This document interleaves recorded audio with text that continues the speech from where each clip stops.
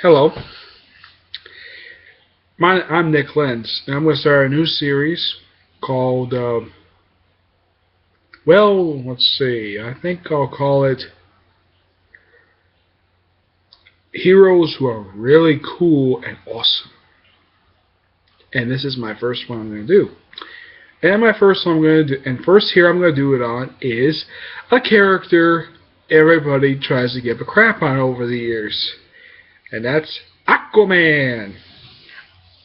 Yes, Aquaman. Aquaman made his first appearance in Morphin Comics number 73 in 1941, approximately 2 years after his Marvel counterpart, Namor the Submariner.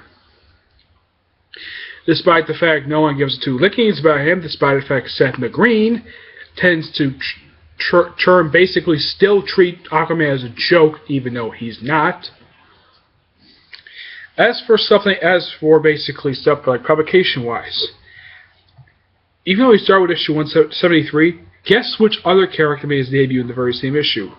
Oliver Queen, a.k.a. Green Arrow, and Roy Harper, a.k.a. the original Speedy, Arsenal, and Red Arrow.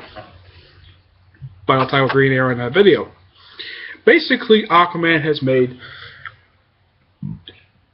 Excuse me. He has made a whole bunch of appearances over the years. I mean, besides appearing in Morphin Comics, he stayed there from issues 73 up until 101, and then he got transferred along with a bunch of all the rest of the heroes appearing in the comic to Adventure Comics, where he stayed there until issue, I believe it was 282. Came back for a couple issues here and there. He also had a brief feature in World's Finest Comics, which started with issue 130. Lasted up until about around issue 140. He kept appearing every other issue. It's sort of a, and Green Arrow appeared in Russell's issues. Let me think. He did eventually return to Adventure Comics, but that was a bit later. Then he had a 57-issue ongoing series. Well, of course, he also appeared in Detective Comics for a brief period of time as well. I believe it was from 292 to 300. Yeah, 292 to 300 he appeared in the title. And then he appeared in his own ongoing title, which originally did last for 57 issues. Then it was ended, and he got put back in Adventure Comics for, I'd say, a very brief period of time. It's a very good story. I've read it in the trade paperback Aquaman Death of the Prince, which does collect his second run in the title. He's had like 3 different runs in the title. After his run ended, he eventually got his own ongoing title, which started issue 58, resumed, and it lasted to issue 67. Then once again the tag got canned. Well, he did briefly make a return to Adventure Comics. No, he never returned to World's Finest, but he did briefly return to Adventure Comics. He did appear also on and off in the Brave and the Bold title, which he appeared with Batman. Yes. Let me think. At the end of a series, he had a few different things after that. Then, just before the Crisis of Another, years afterwards, excuse me, after he ended the series, he was only appearing in the pages of Justice League America. And then after the first relaunch in 1986, he eventually got his own he got his own series again. This time a 4-issue miniseries where he was wearing like his blue Aquaman outfit. Yes. And then he got a 6-issue miniseries, and then eventually got an ongoing series again, which lasted for 13 issues. Yes, and that was relaunched under new numbering, and this is the longest volume to date. It lasted for 75 issues and had 8 annuals. And the first 48 issues were written by Peter David. And this is one of 2 series that he wrote for DC. The other was Supergirl, which wrote the entire 81-issue volume, plus the 4 annuals. And I'll give the Supergirl another time, but pretty much right after the end of his ongoing series, he was still also appearing in JLA at the time, so they kept him in JLA for a few years. And then in 2001, they got another ongoing series. Actually, it wasn't 01. It was like his series ended in 01, the 75-issue one. And then in '06, he got his ongoing title again, which he was there up until issue 50. Actually, it was like 46. Yeah, beginning of issue 47.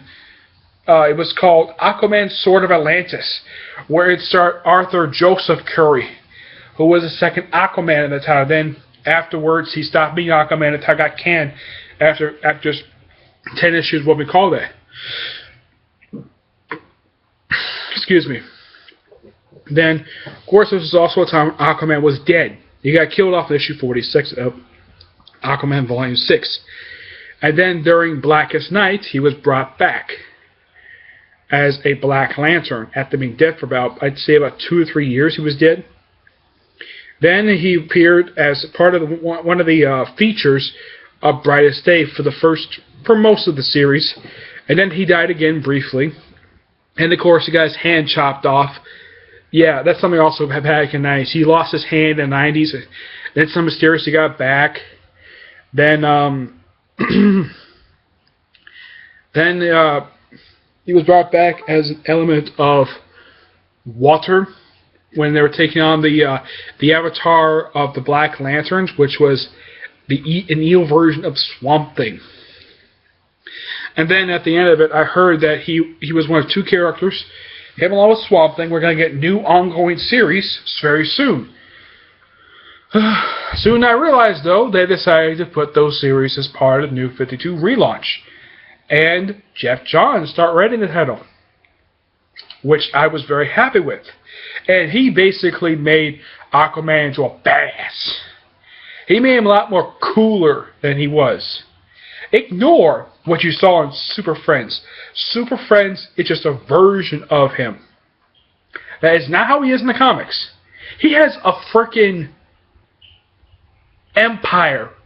He controls most of the planet because he rules the ocean. Heck, in Justice League America, Justice League, they actually took him more seriously in that show. He wasn't a joke. Of course, he had this 90s look, which was fine. I had no problem with his 90s look. But right now, for his current look, it's pretty much not really changed very much. The only thing they changed for him was they gave him a freaking collar. Yeah. They make him a V-neck collar. Jim Lee decided to put him on that freaking collar thing. Okay, my opinion on the collar thing is it's not necessary for the collar to be there. Superman has it. Green Lantern has it. Hal Jordan Green Lantern, not the other ones. And Wonder Woman has sort of form of it. It has like a necklace thing. Okay, the collar is not very necessary. Despite that, the series has been very good. Despite the fact Jeff Johns left after issue 25. He did write the first 25 issues, and he wrote the annual. Some writers don't write the annuals. They prefer to stick what's going in the actual title. And Jeff Johns, now, here's the thing about Aquaman himself. He has only 3 villains in his entire rogues gallery. 3 villains. He has Black Manta, who made his first appearance in the Aquaman series back in the 60s. Then you also got Ocean Master, Aquaman's half-brother, and King Shark, though he was only appearing in Volume 6. Now King Shark is a member of the Suicide Squad. But otherwise, though, Aquaman does not have technically much of a rogues gallery.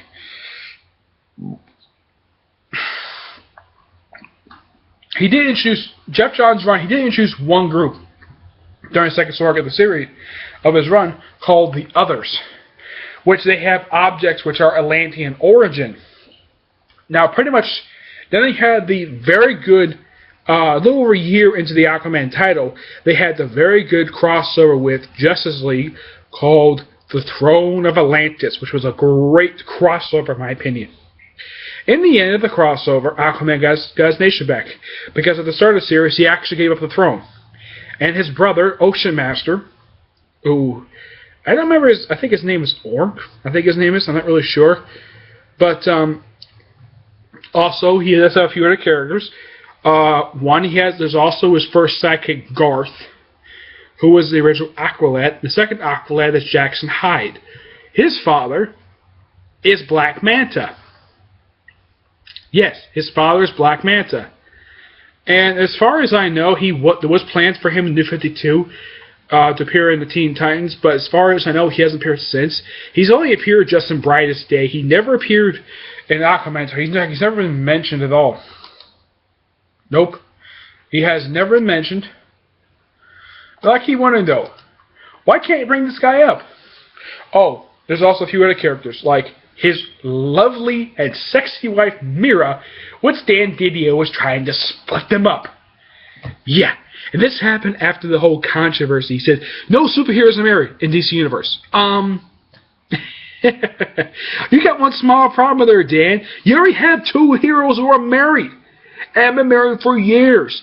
Aquaman has married since the 60s to Mira. He's practically having the oldest and still active marriage in the DC Universe.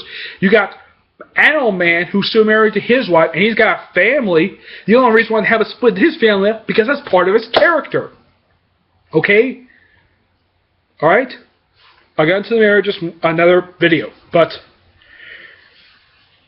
Aquaman is not a stupid character. He is a cool character to read about.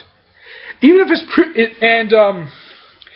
pretty much what they did with him, I've heard of some people, is that the reverse way he was in pre-New 52.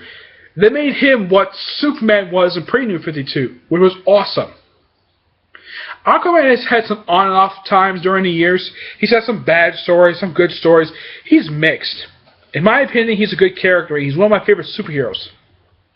And he's one of the very few on my favorite superhero list who has powers. Yes, Superman is nowhere near the top. He's in the dead bottom.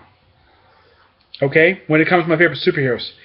And Aquaman is one of my favorite DC superheroes. I like him. When it comes to Justice League, I read it for most of the characters who won in the title. The only two people I don't care about on the title is Superman and Wonder Woman. Not that they're bad characters, no. It's just that I don't really care to read about them. I don't really care. Batman's awesome. I'll do another video about him later. But the thing is, Aquaman is a cool character. I'm very happy with the fact people are trying to take him more seriously than before. And Seth MacFarlane, stop making parody jokes about Aquaman. He is not stupid. He is a really cool character, and so you should get your head out of your rear end about Aquaman. Okay? And I want you to stop making these stupid jokes about Aquaman. They need to stop. Okay? If you're watching this, please stop. I'm not the only one who feels this way. Okay? I'm glad the fact DC's taking more serious light when it comes to Aquaman. Alright? Otherwise, though, that's it for me. If you want a full bio, I may do another video, but right now I just want to get my thoughts on Aquaman. And this is just episode 1 of superheroes who are cool and awesome. See you all in the next video that I do, okay? Bye.